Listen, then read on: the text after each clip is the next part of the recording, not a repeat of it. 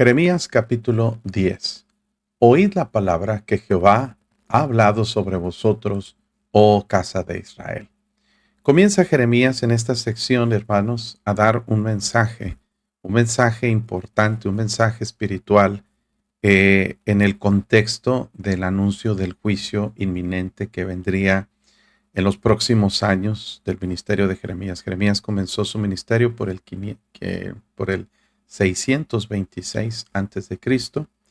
20 años después, cerca de 20 años después, comenzó la primera incursión de los babilonios a la ciudad de Jerusalén. Y lo repito para que estemos conscientes del contexto histórico. Se lleva a un grupo de jóvenes, entre ellos a Daniel, Sadrach, Mesach y Abednego y otros muchos. Y 10 años después vuelven a incursionar, se llevan a todas las personas económicamente activas, entre los cuales va el profeta Ezequiel también a predicarles allá. Y la tercera y última deportación a Babilonia se lleva a cabo en el 586, más o menos antes de Cristo. Pero no más o menos, porque está bien datado y bien ubicado en tiempo histórico y arqueológico la deportación de Babilonia. Y se llevan a toda la gente y queda completamente despoblada. Jeremías está dando un mensaje de exhortación al pueblo y comienza con la palabra Shema, que es aquella palabra que en Deuteronomio y que se conoce como el primer y más grande mandamiento, el Shema, que comienza con la palabra Oye Israel. Es una exhortación a poner atención a lo que se va a decir. Oye Israel, Jehová nuestro Dios, Jehová uno es. Esa es la más grande declaración del pueblo judío, como el Shema, y la exhortación o el mandato a amar al Señor Dios sobre todas las cosas, con todo tu corazón, con toda tu alma, con toda tu mente y con todas tus fuerzas. Comienza de la misma manera con un Shema: oíd la palabra que Jehová ha hablado sobre vosotros, oh casa de Israel.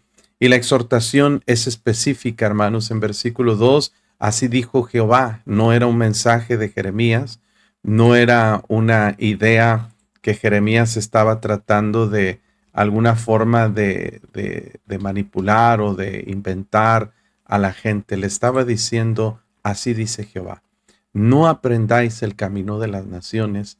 Y es una exhortación importante, dado que el pueblo de Israel era y es un pueblo santo, un pueblo apartado. La palabra Kadosh es algo apartado para Dios, algo con un propósito sagrado, con un propósito del ministerio. Bueno, pues Israel debía entender que no podía vivir igual que las demás naciones, ni hacer las cosas que las demás naciones hacían. Ese fue un problema consistente en el pueblo de Israel. Desde que ellos pidieron un rey como las otras naciones, querían ser como los otros pueblos, teniendo un rey como las demás naciones tenían, y también querían tener dioses como las demás naciones tenían. Y esta era una exhortación que Dios les da. Ustedes deben entender que no son iguales. Y es una enseñanza grande, hermanos, para el pueblo de Dios hoy en día, para el creyente de hoy en día. Usted y yo debemos entender que en el momento que fuimos salvos, fuimos apartados, santificados para Dios. Dice la palabra de Dios que somos santificados. La santificación es el proceso por medio del cual, o el acto por medio del cual Dios nos aparta para sí. Hay 3 niveles o procesos de la santificación. Una santificación pasada, cuando Dios nos salva, nos aparta del pecado, nos aparta de la condenación y nos destina para ser propiedad suya. Somos santos porque le pertenecemos a Dios. Ya esa santificación ya se llevó a cabo. Cristo la hizo en el momento que murió por nosotros, y cuando nosotros oímos el Evangelio y creemos en él, en ese momento somos santificados. Existe una santificación progresiva que tiene que ver con nuestra manera de vivir todos los días, y eso ya depende de nosotros. La santificación del alma, Dios la hizo cuando nos salva, cuando ponemos nuestra fe y nuestra confianza en él. Que si confesares con tu boca que Jesús es Señor y creyeres en tu corazón que Dios lo levantó de los muertos, serás salvo. Dios nos salva. Pero la santificación progresiva no es para salvarnos del infierno, no es para llegar nosotros a ser hijos de Dios o para salvarnos, es para tener una relación más cercana con Dios. Y debemos entender, hermanos, que ese proceso depende totalmente de nosotros. En la medida que nos apartamos hacia Dios, que nos acercamos a Dios, nos vamos a dar cuenta que Dios es un Dios santo, que está totalmente apartado del pecado, y el resultado de apartarnos hacia Dios es que vamos de una manera inconsciente, pero a la vez automática, apartándonos de cosas que nos apartan a nosotros de Dios. Y es muy fácil de entender este proceso de santificación. No es un conjunto de reglas que se inventan en una iglesia para decir, tanto debe medir tu falda, tu camisa debe ser de tanto color, de tal color, tu cabello debe ser cortado a tal nivel. No son reglas impositivas exteriores. Es un deseo interno de estar cerca de Dios. Y cuando encontramos algo que nos aparta de Dios, lo quitamos de nuestra vida porque queremos acercarnos más a Él. Eso es santificación progresiva. Y la santificación futura o completa viene cuando Cristo venga y nosotros seamos glorificados. Seremos apartados de la naturaleza carnal para estar completamente con Cristo. Pero a esto se refiere que somos santos en esos tres aspectos. Estamos en esa etapa de santificación progresiva que nosotros debemos entender que no somos como los hijos del mundo. Por eso el Señor nos dice, ustedes no son del mundo, por eso el mundo no nos conoce porque no le conoció a Él. El mundo no nos va a amar, el mundo no nos va a recibir, no nos va a aceptar, el mundo nos va a rechazar, nos va a criticar y no podemos nosotros convertirnos a ellos, no podemos imitar y aprender las cosas que ellos hacen. Si el mundo tiene sus formas de entretenimiento, tiene sus formas de pasar el tiempo o sus formas de religiosidad, el creyente no tiene por qué estar imitando lo que este mundo hace. Igualmente en la cuestión de la música, hermanos, algo que yo firmemente creo que nuestras iglesias no tienen por qué imitar la música del mundo ni adoptar las corrientes contemporáneas de música rítmica y sensual. No debemos nosotros aprender el camino de las naciones. Debemos mantenernos firmes. Mire qué sucede, que históricamente la iglesia debe estar apartada del mundo. Debe estar la iglesia aquí y el mundo acá. El problema es, y es un problema grave, que el mundo en lugar de mejorar, el mundo va empeorando. Pero ¿sabe cuál es el problema de la iglesia? Que mantiene una separación del mundo, pero en lugar de mantenerse en los estándares divinos, lo que hace es mantener esa separación y en la medida que el mundo decrece en la moralidad, la iglesia también va cayendo de convicciones, de creencias y va aprendiendo lo que hace 100 años ni siquiera los mundanos lo practicaban. Hoy en día es normal en muchas iglesias que se llaman cristianas. No aprendáis el camino de las naciones. Pero también le dice Jeremías al pueblo, ni de las señales del cielo tengáis temor, aunque las naciones las teman.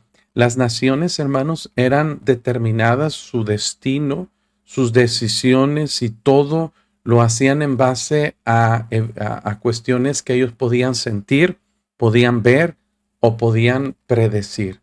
Señales del cielo. Ellos usaban mucho las constelaciones, la ubicación de los signos zodiacales, de los planetas, del cosmos, para ellos determinar ciertos augurios o ciertas cosas, que si la luna estaba llena y que se veía roja, si había un eclipse, decían va a pasar una tragedia. Si una nube se atravesaba y oscurecía el cielo, pensaban que era de mala suerte. Y había señales que ellos identificaban en el cielo y relacionaban con ciertos factores que podían llegar a suceder o anunciar tragedia. Dios dice es que el Hijo de Dios no debe depender de la suerte, de la casualidad o de las señales que el mundo tiene temor. Hoy en día, hermanos, la gente está muy asustada por los factores políticos, las guerras, pero nosotros debemos entender que nuestro temor no está en las circunstancias que están a nuestro alrededor. Nuestro temor debe estar únicamente en el Señor, porque Él es nuestro Dios. Y luego nos dice las costumbres de los pueblos, específicamente hablando de la vanidad, de la idolatría. Dice aquí, las costumbres de los pueblos son vanidad. Esta palabra significa un vapor que es totalmente, hermanos, inútil, un vapor que es inservible hasta cierto punto. Es como cuando hace frío, me acuerdo, ¿verdad? Que nos gustaba jugar cuando hacía frío y al exhalar aire, como la temperatura del cuerpo es superior a la temperatura ambiente, se genera un pequeño vapor, como si humo saliera de nuestra boca.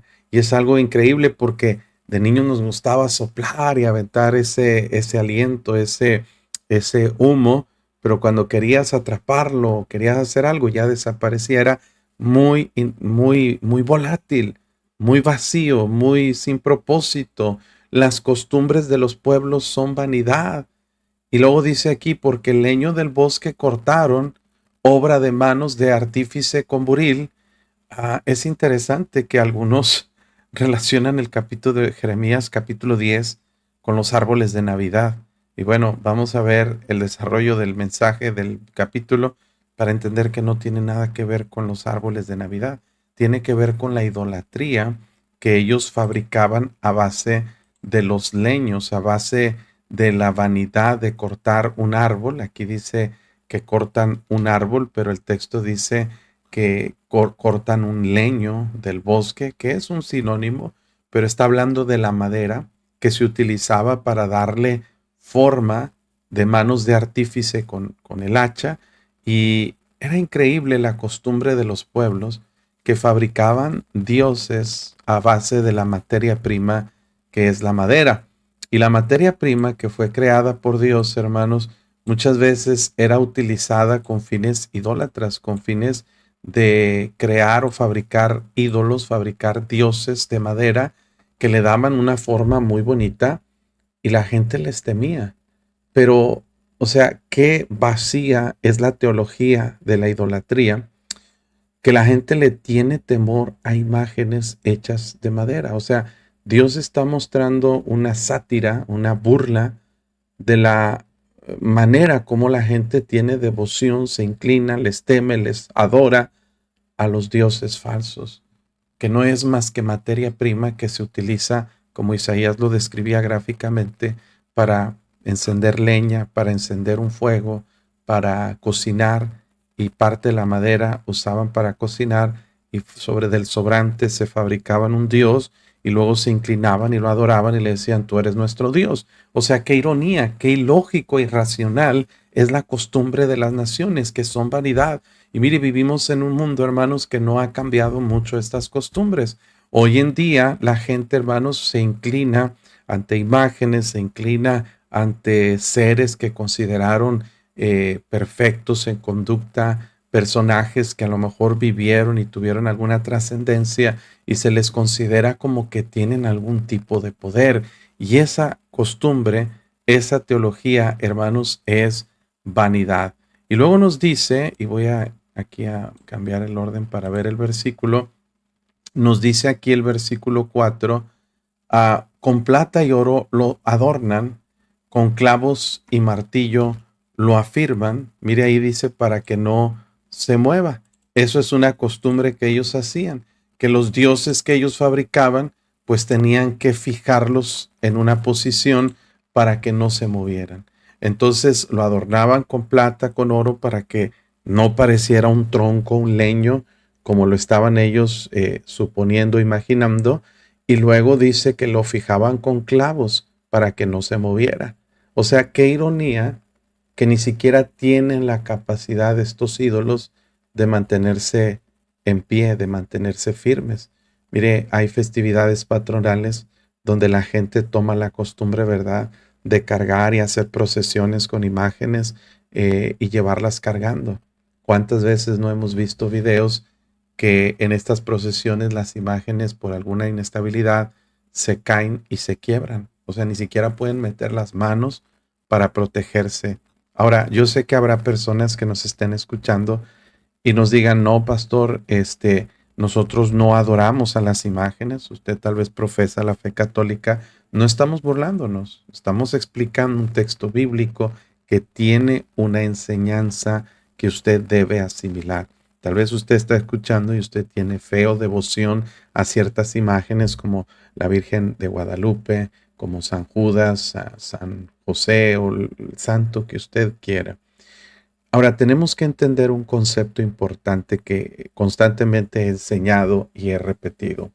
¿Cuál es el problema con la idolatría? El problema con la idolatría o la adoración es hacer a un objeto o a una persona Dios. ¿Entendemos eso? Idolatría es decir o hacer un objeto o darle un trato como Dios. Entendemos eso y es claro. No necesariamente tengo que hacer algo específico como hincarme, orar o hacer algo en mi mente para atribuirle a algún objeto como que es Dios. Pero escúcheme esto.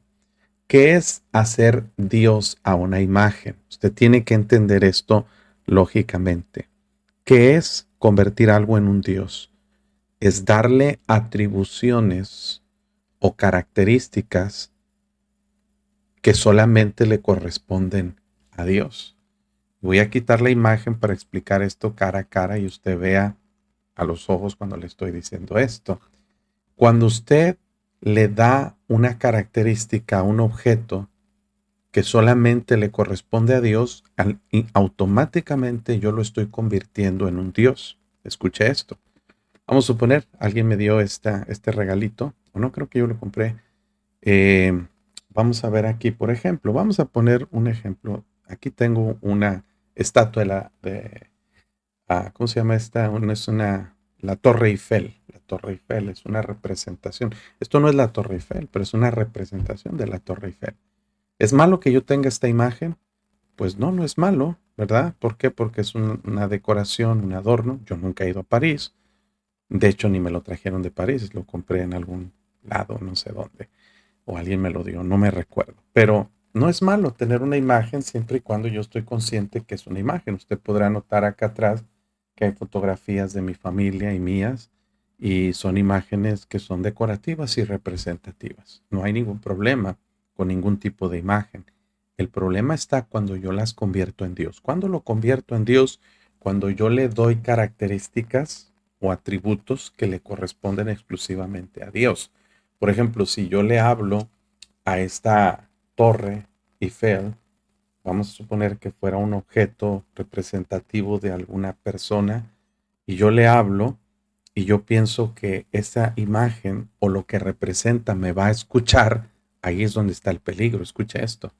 Si yo pienso o de alguna forma remota creo que al hablarle a una imagen me va a escuchar, eso implica que lo que representa esa imagen, escuche esto, tiene que estar aquí presente donde yo le estoy hablando. Porque si no está presente no me va a escuchar. Entonces, si está en el cielo, María o cualquier personaje, y yo le hablo y está aquí donde yo le estoy hablando, ese ser tiene que ser omnipresente. Quiere decir que está en más de un lugar al mismo tiempo, que está en todas partes. Entonces, la omnipresencia es un atributo natural de Dios, que es no comunicable. Lo he enseñado en las clases de doctrina. Nadie puede ser omnipresente más que solo Dios.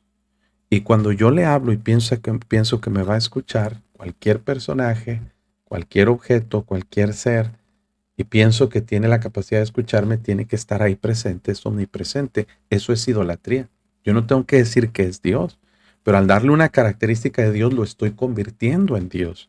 Y esto es algo importante que discernir, porque a veces nosotros hablamos de idolatría y la gente piensa que idolatría es pensar que María es Dios o que José es Dios o que Judas es Dios.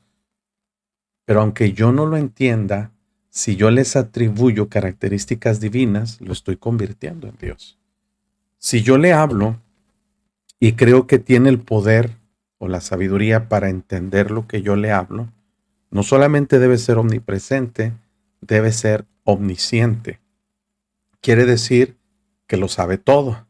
Tiene que saber quién soy yo, quién es mi mamá, mi papá, mis hijos, mis hermanos, mis tíos, mi jefe del trabajo, quiénes son mis vecinos. todo lo que yo le hablo tiene que saberlo, tiene que saber todo.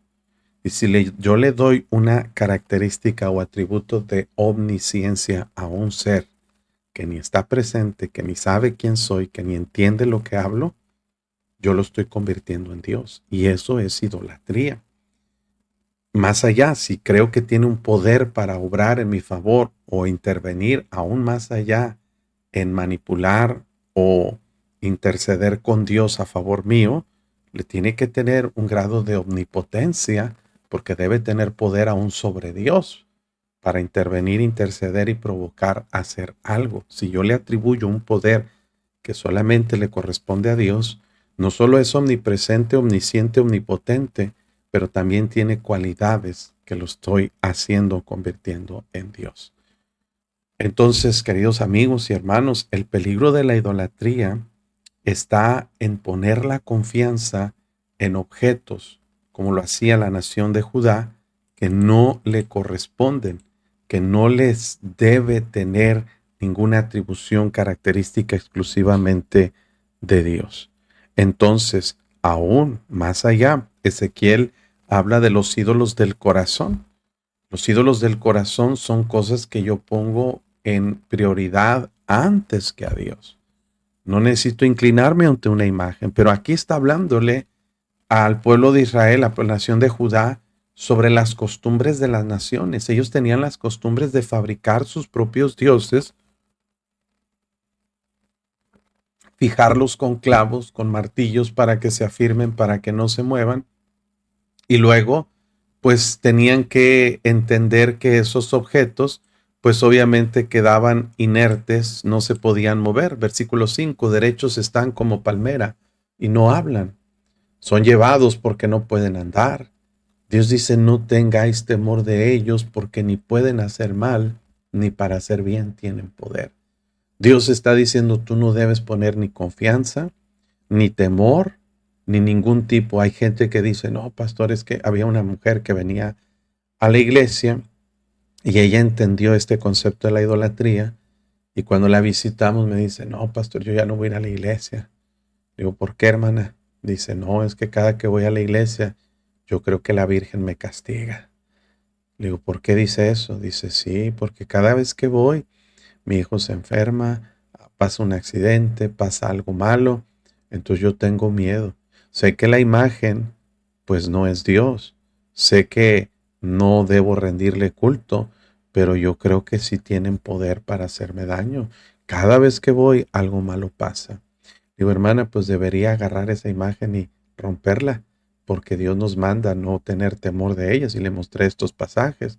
El punto es que ella tenía tanto miedo por esas cosas y objetos que les atribuía un poder hasta maligno, que no quiso deshacerse de ellas y vivió esclavizado por ellas. Hay gente que piensa que la imagen de la muerte tiene un poder grande y aunque sé que hay un cierto tipo de poderes demoníacos atrás de la idolatría porque a Satanás le encanta. ¿Por qué existe la idolatría? Por dos razones. La naturaleza inherente del ser humano de Dios nos creó con la necesidad de adorarle a Él.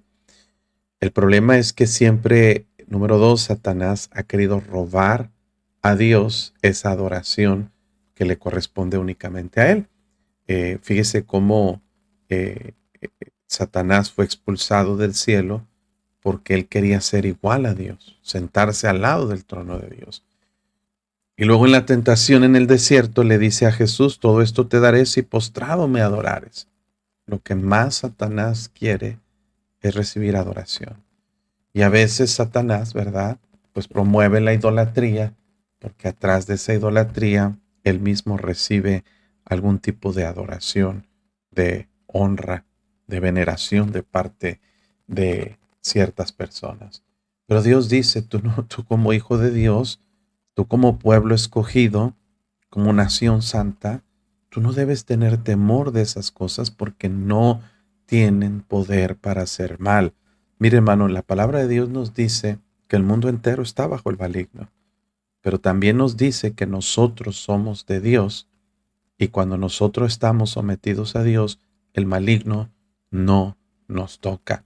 Satanás mismo en Job capítulo 1, versículo 6 reconoce la protección y el cerco que existe en torno a aquellos hijos de Dios que se someten a Él, como Job.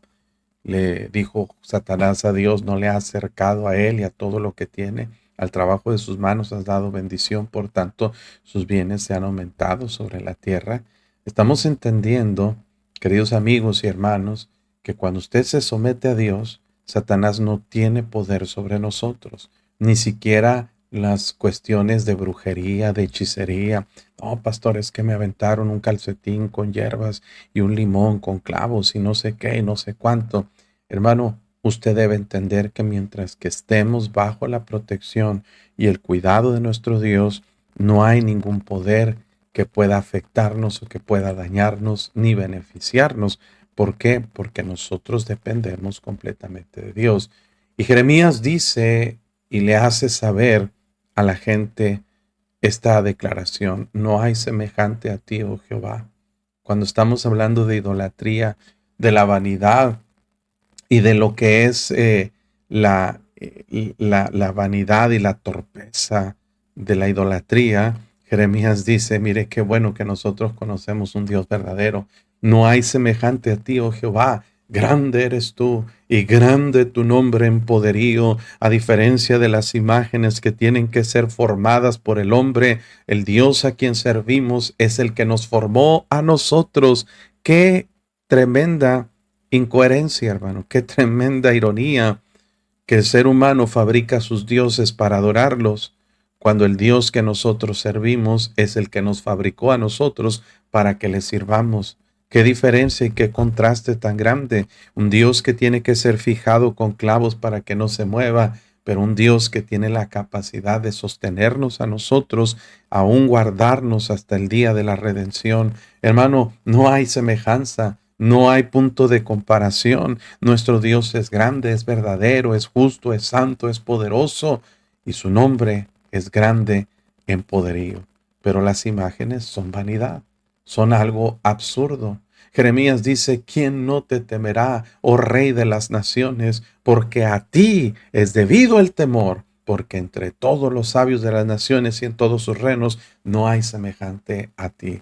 Jeremías hace este paréntesis para adorar a Dios, para reconocer su grandeza y su poder. ¿Cómo es posible que una nación como Judá, creada por Dios, rescatada, redimida y escogida por Dios, ahora se esté inclinando ante ídolos de madera que no tienen ningún poder, que no tienen ninguna ventaja, ningún beneficio, y hayan abandonado, como dice el capítulo 2, me dejaron a mí, fuente de agua viva, y cavaron para sí cisternas, cisternas rotas que no retienen agua? Entonces dice Jeremías: ¿quién no te temerá, oh Rey de las naciones? Le dice al pueblo: no temas a los ídolos, no temas a las costumbres y a las señales del cielo. El temor es debido solamente a Dios. Jesús mismo dijo a Satanás: apártate de mí, porque escrito está: al Señor tu Dios temerás, a Él solo servirás y por su nombre jurarás. Bueno, también en referencia adorarás, a tu Señor tu Dios adorarás. Pero nuestro temor se debe solamente a Dios. Y no estamos hablando de un terror, de miedo, sino de un respeto reverente. El único temor que debemos tener es hacia Dios, porque entre todos los sabios de las naciones y en todos sus reinos, hablando de Babilonia, de Asiria y de todos los persas y todas las naciones egipcias y árabes, entre todos Dios dice: no hay nadie, dice Jeremías, semejante a nuestro Dios. Y gloria a Dios que tenemos un Dios, hermano, que nosotros podemos conocer y a quien podemos servir. Versículo 8 dice Jeremías: todos se infatuarán y entontecerán, enseñanza de vanidades, dice aquí, es el leño. Dice qué tremenda declaración que hace Jeremías, cómo es absurdo, es infatuación, es una obstinación hacia algo ilógico, irracional. Y luego la palabra que usa 3 veces este capítulo es entontecerán. Es una palabra que describe una torpeza extrema, por no decir la palabra estupidez. Pero en realidad, hermanos, ese es el concepto y el extremo al que llega una persona que practica la idolatría. Hay un principio teológico de que nos enseña que somos lo que adoramos. Por eso Dios nos dice que los ídolos de las naciones son vanidad, que tienen ojos pero no ven, tienen manos pero no oyen, tienen boca pero no hablan, pies no caminan, manos pero no palpan. Y luego dice, semejantes a ellos son los que lo hacen. Y todo aquel que confía en ellos. Fabricar los ídolos, confiar en los ídolos, nos entorpece el entendimiento para cegarnos y hacernos como simples troncos de madera, infatuados, entontecidos. Por eso es, hermano, que una persona que practica la idolatría no tiene un discernimiento espiritual. Está cegado por la torpeza de su error y la torpeza de las costumbres que tiene. Por eso dice, enseñanza de vanidades es el leño.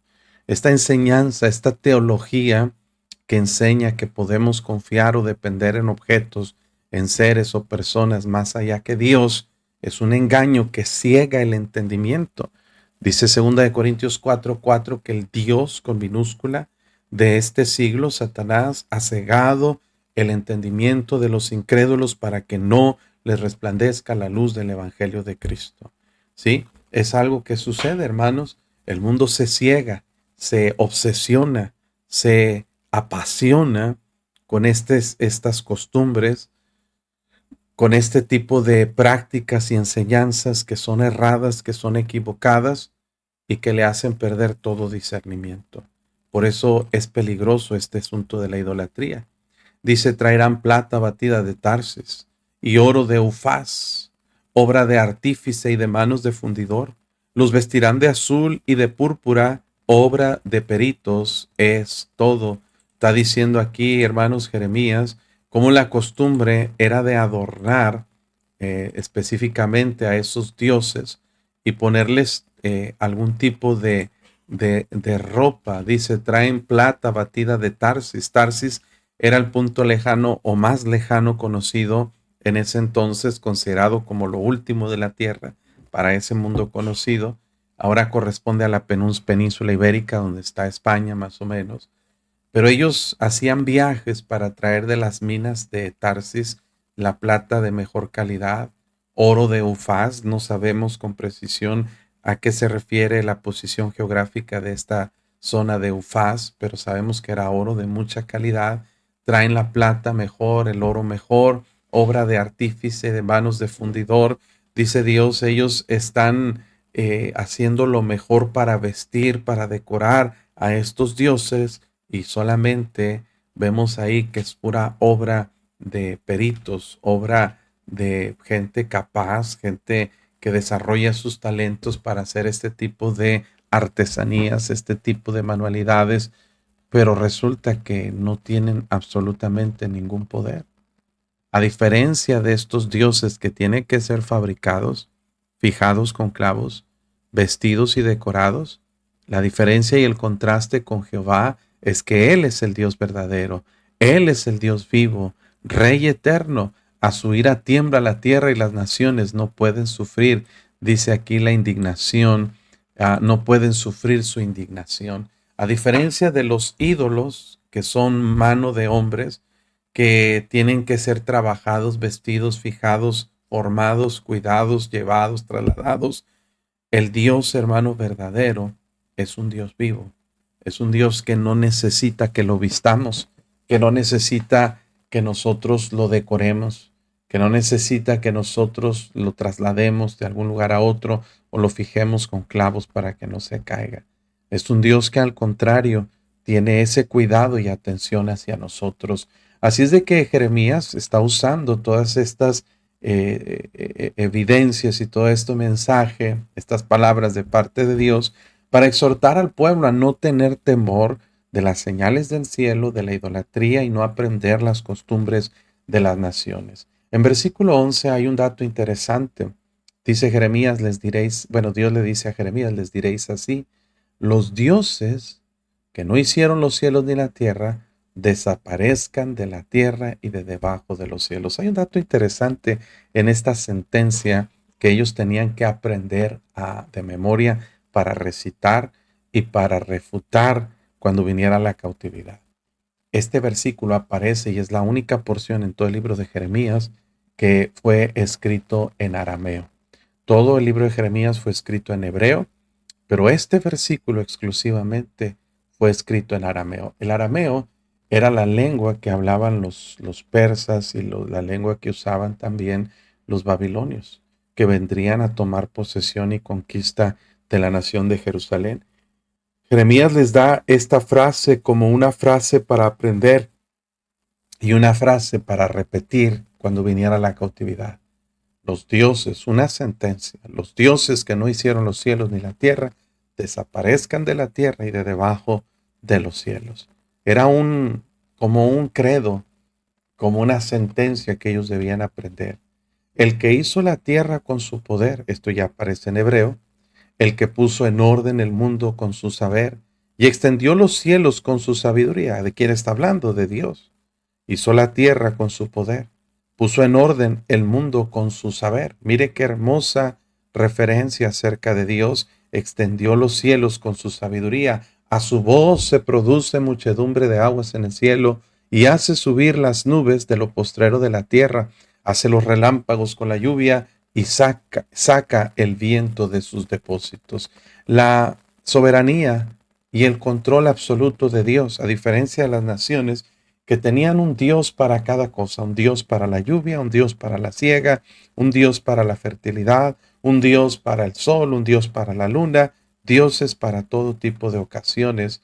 Aquí, hermanos, el pueblo de Israel podía tener esa jactancia, como dice el capítulo anterior, el que se va a gloriar, gloríese en conocerme a mí, el único Dios verdadero. Y ese Dios a quien nosotros podemos confiar es el Dios que tiene la capacidad de producir las aguas. No necesita la ayuda de otro ser ni de otros factores en el cielo. Hace subir las nubes en ese ciclo del agua, de lo postrero de la tierra, hace la energía eléctrica de los relámpagos con la lluvia y saca el viento de sus depósitos. Esas atribuciones corresponden exclusivamente a Dios. Todo hombre se embrutece, segunda vez que usa la palabra entontece en una manera sinónima. Todo hombre se embrutece, se entontece, le falta ciencia, se avergüenza de su ídolo, todo fundidor, porque mentirosa es su obra de fundición y no hay espíritu en ella.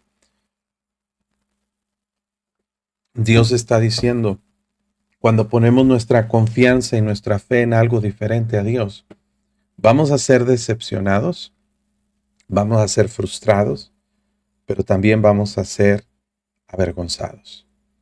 Imagínate qué vergüenza confiar en algo que te das cuenta que no era suficiente y que no era confiable.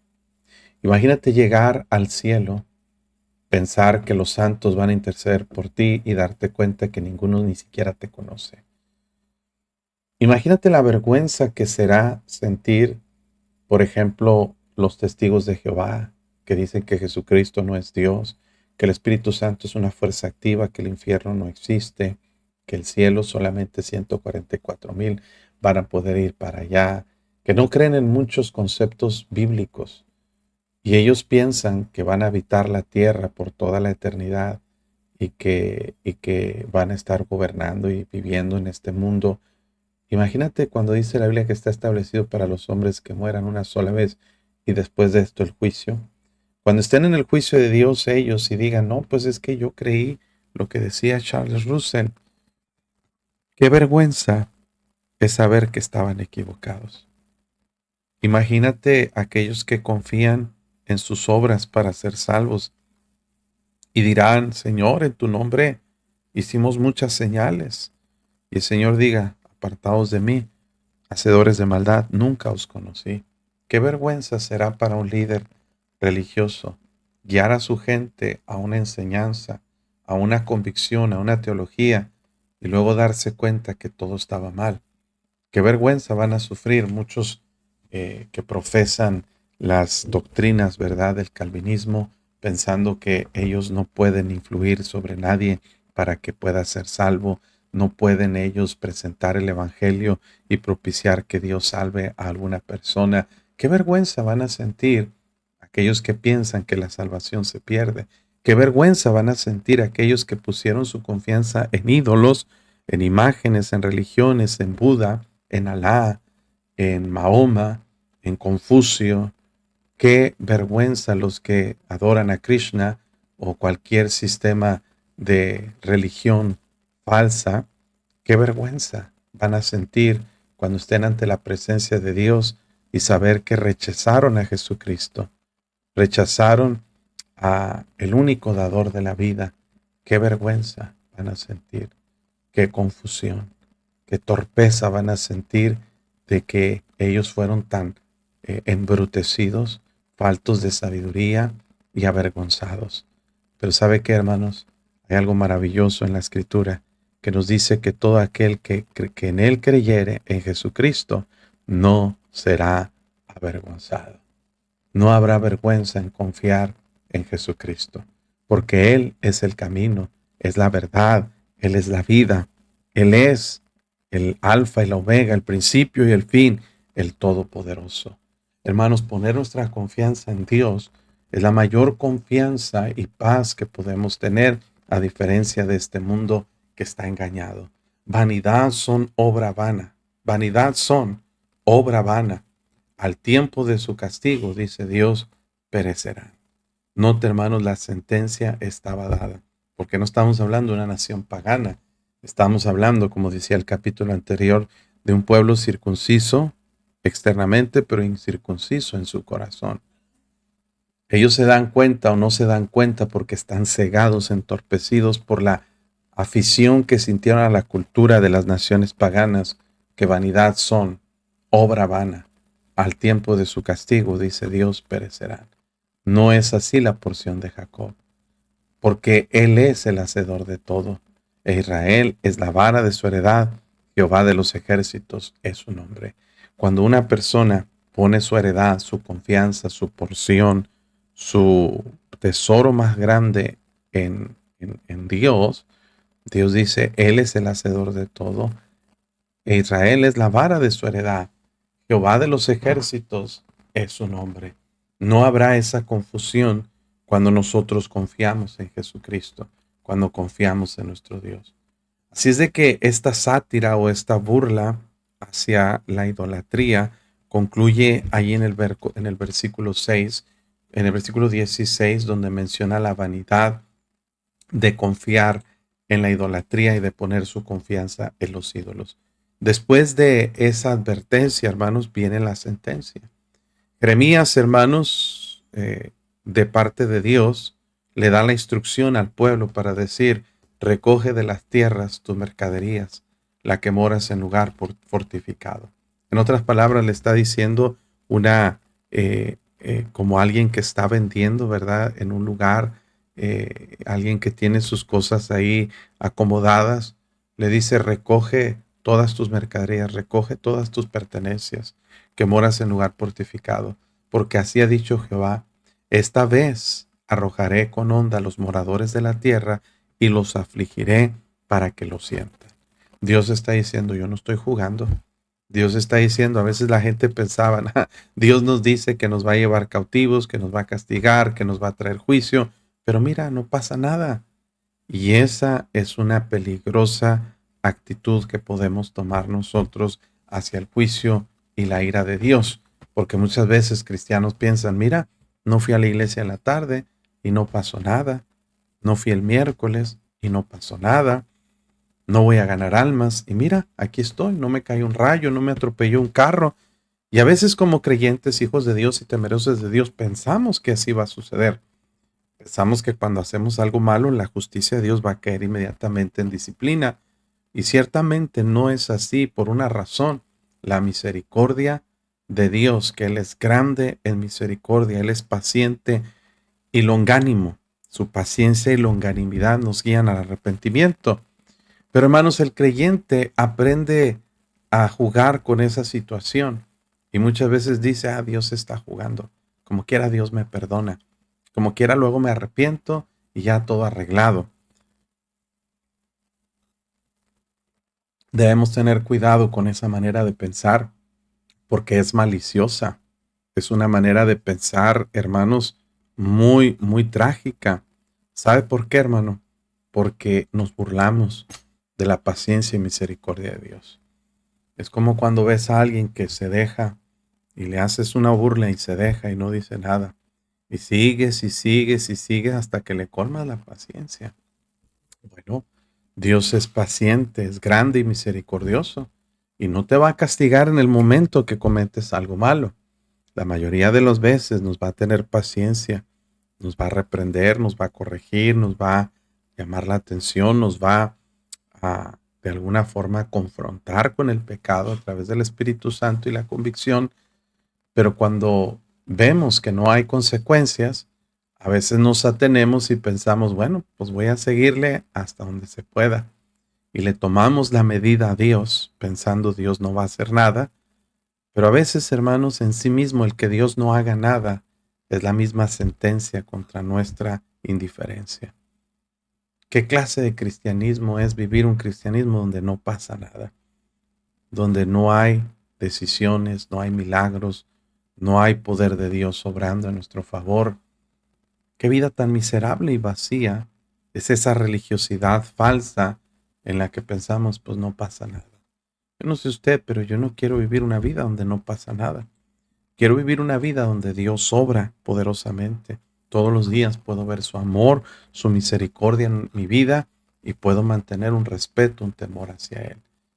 Así es de que, hermanos, Jeremías termina este capítulo dando una postura o personificando a la nación de Judá y evidenciando el clamor que vendrá de parte de ellos al enfrentar el juicio de Dios. Les dice el versículo 18, yo los voy a arrojar con honda. La honda era un instrumento militar o de cacería que usted sabe era una cuerda larga con un pedazo de cuero que sostenía una piedra dentro de ese cuero, se giraba y a través de la fuerza centrífuga se llegaba a una velocidad tal en que al soltar uno de los extremos de la cuerda, la fuerza centrífuga hacía el trabajo de enviar a alta velocidad un objeto como una piedra y se podía con pericia, con experiencia, arrojar muy lejos esa piedra. Entonces, hermanos, Dios está usando esa ilustración para decir, así yo los voy a arrojar. Voy a agarrarlos en mi onda o herramienta para aventarlos lejos de este lugar. Los voy a afligir para que ustedes lo sientan. Sepan que no estoy jugando, que estoy en serio. Y el resultado de la nación, personificada por Jeremías, dice, ay de mí por mi quebrantamiento. Mi llaga es muy dolorosa. Está enfrentando las consecuencias de sus acciones en la invasión babilónica, no en el presente, pero a futuro. Jeremías está diciendo cómo va a reaccionar la ciudad cuando venga esa cautividad y luego va a entender que la ciudad, hasta ese momento, la nación, va a entender su responsabilidad. Pero dije, ciertamente enfermedad mía es esta y debo sufrirla. Hermanos, la resignación de la nación sería inminente cuando vieran el juicio de Dios. Antes pensaban Dios está jugando, Dios no va a hacer nada. Pero ahora que Dios estaba trayendo el castigo, ellos debían de ser, pues ahora me aguanto, tengo que sufrirla, yo mismo provoqué esto, enfermedad mía, yo provoqué este problema. Es como cuando enfermamos, ¿verdad? Por ejemplo, yo tengo diabetes, tengo hipertensión, yo no puedo culpar a Dios por estas enfermedades, que aunque hay factores genéticos, no son determinantes para ello. La enfermedad es mía porque yo la provoqué, porque yo me excedí en el consumo de carbohidratos, de azúcares, de sales, de alimentación, falta de balanceo. Enfermedad mía, tengo que sufrirla, tengo que aguantarme las consecuencias de lo que yo mismo provoqué.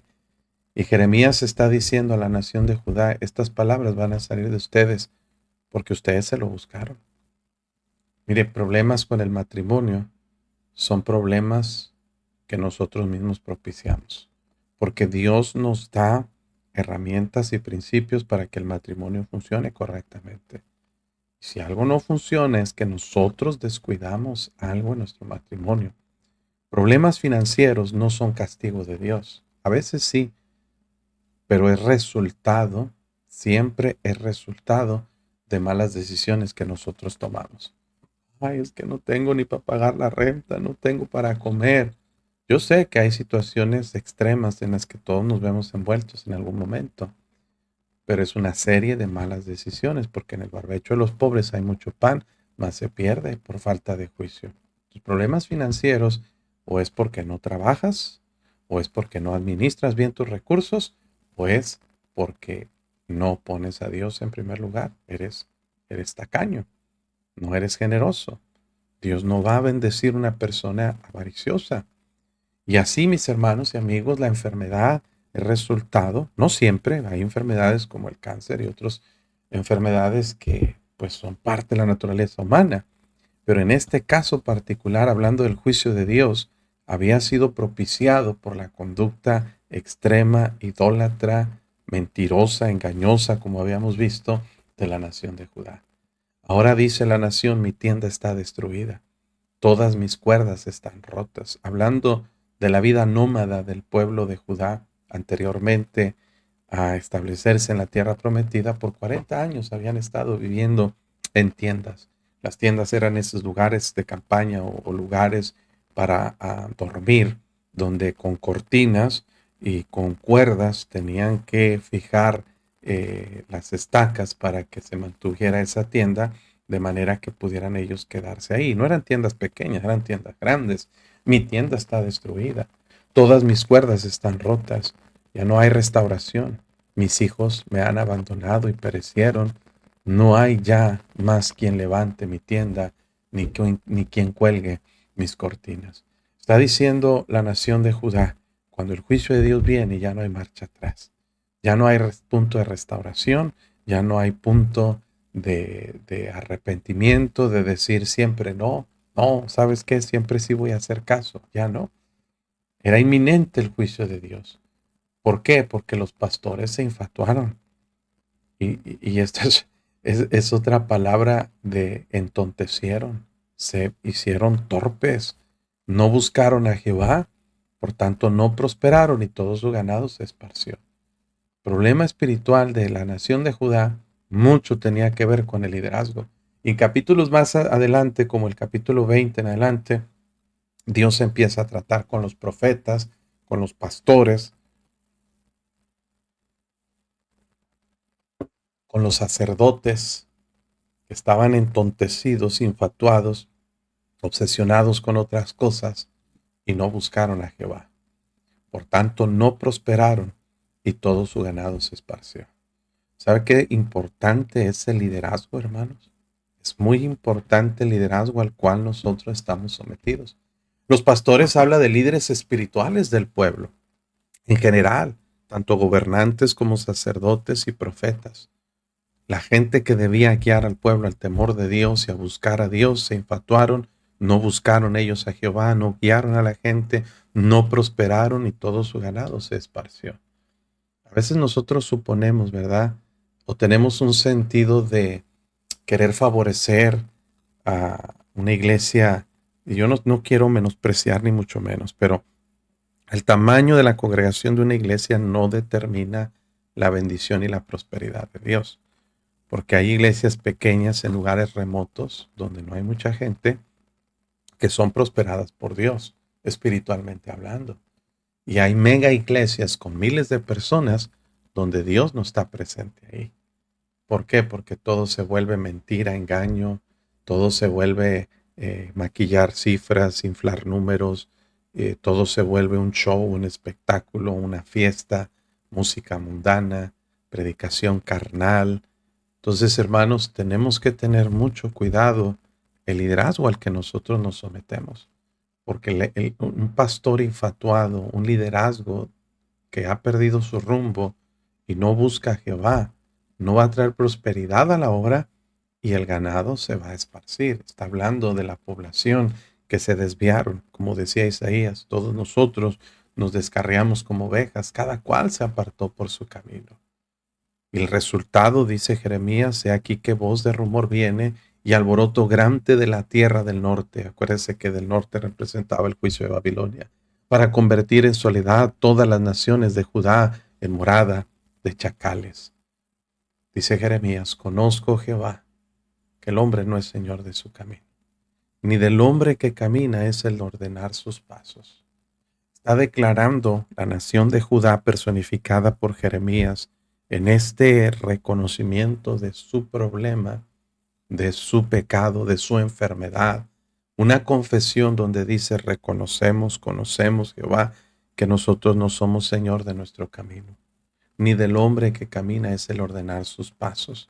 Está hablando, hermanos, de cómo nosotros no tenemos tanto poder como nosotros imaginamos, cómo no podemos nosotros ser dueños de nuestro destino, no podemos nosotros ni siquiera saber y ordenar el siguiente paso que vamos a dar. Tenemos una dependencia completa y absoluta de nuestro Dios, de su ayuda, de su bendición. Por eso Jeremías, personificando a la nación de Judá, dice, castígame Jehová, mas no con juicio, más con juicio, no con tu furor, para que no me aniquiles. Qué tremendo, hermanos, ver cómo Dios trata el pecado de dos maneras diferentes. Con juicio, mishpat, con misericordia y principios bíblicos, o con furor para destrucción y aniquilación. Había naciones que Dios había decidido aniquilar por completo: Sodoma, Gomorra y otras naciones paganas como los amalecitas y otras naciones que habían hecho cosas tan terribles que Dios decidió borrarlos de la faz del planeta. Cuando la ira de Dios es extrema, cuando la ira de Dios llega a su culminación, porque eso fue lo que Dios le dijo a Abraham, si han llegado sus obras a tal magnitud, mire en Génesis 18, porque cuando Dios habla con Abraham, le dice, perdón, aquí dice, por cuanto el clamor contra Sodoma y Gomorra se ha aumentado y el pecado de ellos se ha agravado en extremo, descenderé ahora y veré si han consumado su obra según el clamor que ha venido hasta mí, perdón, y si no, lo sabré. Dios está, aunque Él sabe todas las cosas, pero Él quería de alguna forma corroborar y dejar documentado que Él personalmente había descendido a la ciudad para buscar, como la nación de Judá, algún justo, alguna persona por la cual perdonar a toda la ciudad. Pero llegaron al colmo de su maldad, al punto máximo que Dios dijo, esta nación ya no tiene remedio, los voy a destruir por completo.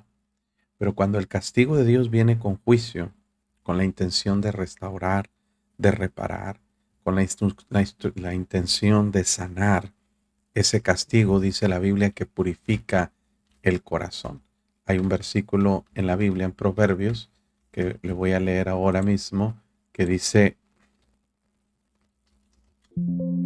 aquí en Proverbios 20:30, vamos a ver si sale aquí, dice, los azotes que hieren son medicina para el malo, y el castigo, que dice, hermanos, purifica el corazón. El castigo purifica el corazón. A veces Dios tiene que castigarnos. Muchas veces la gente piensa, no, es que Dios no castiga. Dios no, Dios no puede ser. ¿Cómo un Dios santo y misericordioso va a castigar? En Deuteronomio 8:5, les voy a quitar aquí esta ventanita para que vean este versículo. Reconoce a sí mismo en tu corazón que como castiga el hombre a su hijo, así Jehová, tu Dios, te castiga. Fíjese ahí, Dios castiga. Job dijo en Job 5:17, he aquí bienaventurado es el hombre a quien Dios castiga. Por tanto, no menosprecies la corrección del Todopoderoso. Hermanos, Dios sí castiga. Mire en Salmo 94:10, dice, el que castiga a las naciones no reprenderá, no sabrá el que enseña al hombre ciencia. Dios castiga. Proverbios 3:12, Jehová al que ama castiga, como el Padre al Hijo a quien quiere. Dios dice, hermanos, que Él castiga. En Hebreos se cita este pasaje, capítulo 12, y versículo 5. Porque el Señor al que ama disciplina y azota al que recibe por hijo. Dios castiga. Jeremías le está diciendo, personificando a la nación de Judá, Dios, Señor, castígame. A veces necesitamos ese trato de Dios amoroso para corregirnos, para quitar de nosotros todo lo malo y lo deficiente, pero entendemos, enfermedad mía es esta, dice Judá, debo sufrirla. Entiendo que las cosas que estoy pasando son consecuencia de mis pecados y de mis malas decisiones. Entonces, Señor, si has decidido castigarme, pues nomás una cosa te pedimos, castíganos con juicio, de acuerdo a misericordia y verdad, porque con misericordia y verdad se corrige el pecado, pero no nos castigues con tu furor, para que no me aniquiles. Me gusta cuando Dios mandó a David, después de que hiciera un censo. Usted tiene que entender que el censo que hizo David tenía una gravedad fuerte de orgullo, porque Dios había hecho una promesa a Abraham, que nadie podría contar la descendencia, que sería como las estrellas del cielo, la arena que está a la orilla del mar. Dios le había dicho a Abraham que su descendencia sería así, que nadie la podía contar. Y David, retando a Dios, dijo, ¿cómo que nadie? Yo lo voy a contar. Y decidió hacer un censo con motivos equivocados. Y Dios trajo un juicio. Y le dio a escoger a David tres cosas. 3 años, ser pasar por hambre o algo así, ¿verdad? Déjeme, lo pongo para ubicarlo. Está en 2 de Samuel 21. Y ¿dónde está? No, no es esta. Es 24:13. Gad el vidente le hizo saber, ¿qué quieres que te vengan 7 años de hambre en tu tierra? 7 años de hambre. O que huyas 3 meses delante de tus enemigos, que ellos te persigan. ¿Ok? O que 3 días haya peste en tu tierra. Piensa ahora y mira, ¿dónde estamos aquí? Lo que he de responder al que me ha enviado. Vamos a quitar esto de arriba. Y le dice David, en grande angustia estoy. Dice, caigamos ahora en manos de Jehová, porque sus misericordias son muchas, mas no caiga yo en manos de hombres. Entonces hubo 70,000 personas que murieron. Pero dice la Biblia que cuando el ángel de Jehová extendió su mano sobre Jerusalén para destruirla, Jehová se arrepintió de aquel mal y dijo al ángel que destruía al pueblo, basta, ahora detén tu mano. Y el ángel de Jehová estaba junto a la era de Arauna, Jebuseo. Y eso fue lo que determinó a David dónde construir el templo de Jerusalén. Entonces, hermanos, cuando Dios castiga, Dios es misericordioso, porque el propósito de Él no es destruir, el propósito de Dios es restaurar. Por eso Jeremías, personificando a la nación de Judá, le dice, castígame, oh Jehová, mas no con juicio, no con tu furor, para que no, más con tu juicio, más bien, más no con tu furor, para que no me aniquiles. Y versículo 25, derrama tu enojo sobre los pueblos que no te conocen. Es decir, con ira castiga a los que no te conocen. Aquellos, ¿verdad?, que sobre las naciones que no invocan tu nombre, porque se comieron a Jacob, lo devoraron, le han consumido y han asolado su morada. Dios está diciendo, Jeremías está diciendo, Señor, si vas a enojarte y vas a castigar con ira, castiga a esas naciones, no a nosotros, porque pues nosotros queremos corregir el rumbo, queremos arrepentirnos, queremos sanar, y tu ira derrámala sobre las naciones que no te conocen. Este capítulo 10, hermanos, es un poquito extenso, pero lleno de principios bíblicos que podemos aprender. Hasta aquí llegamos con la meditación de esta porción, de este capítulo. Mucho aprendizaje. Tuvimos hasta 50 personas conectadas, gracias a Dios, pero espero que esto llegue a muchos más. Si usted nos está escuchando en video grabado, póngale like, escriba donde nos escucha y comparta, por favor, la publicación.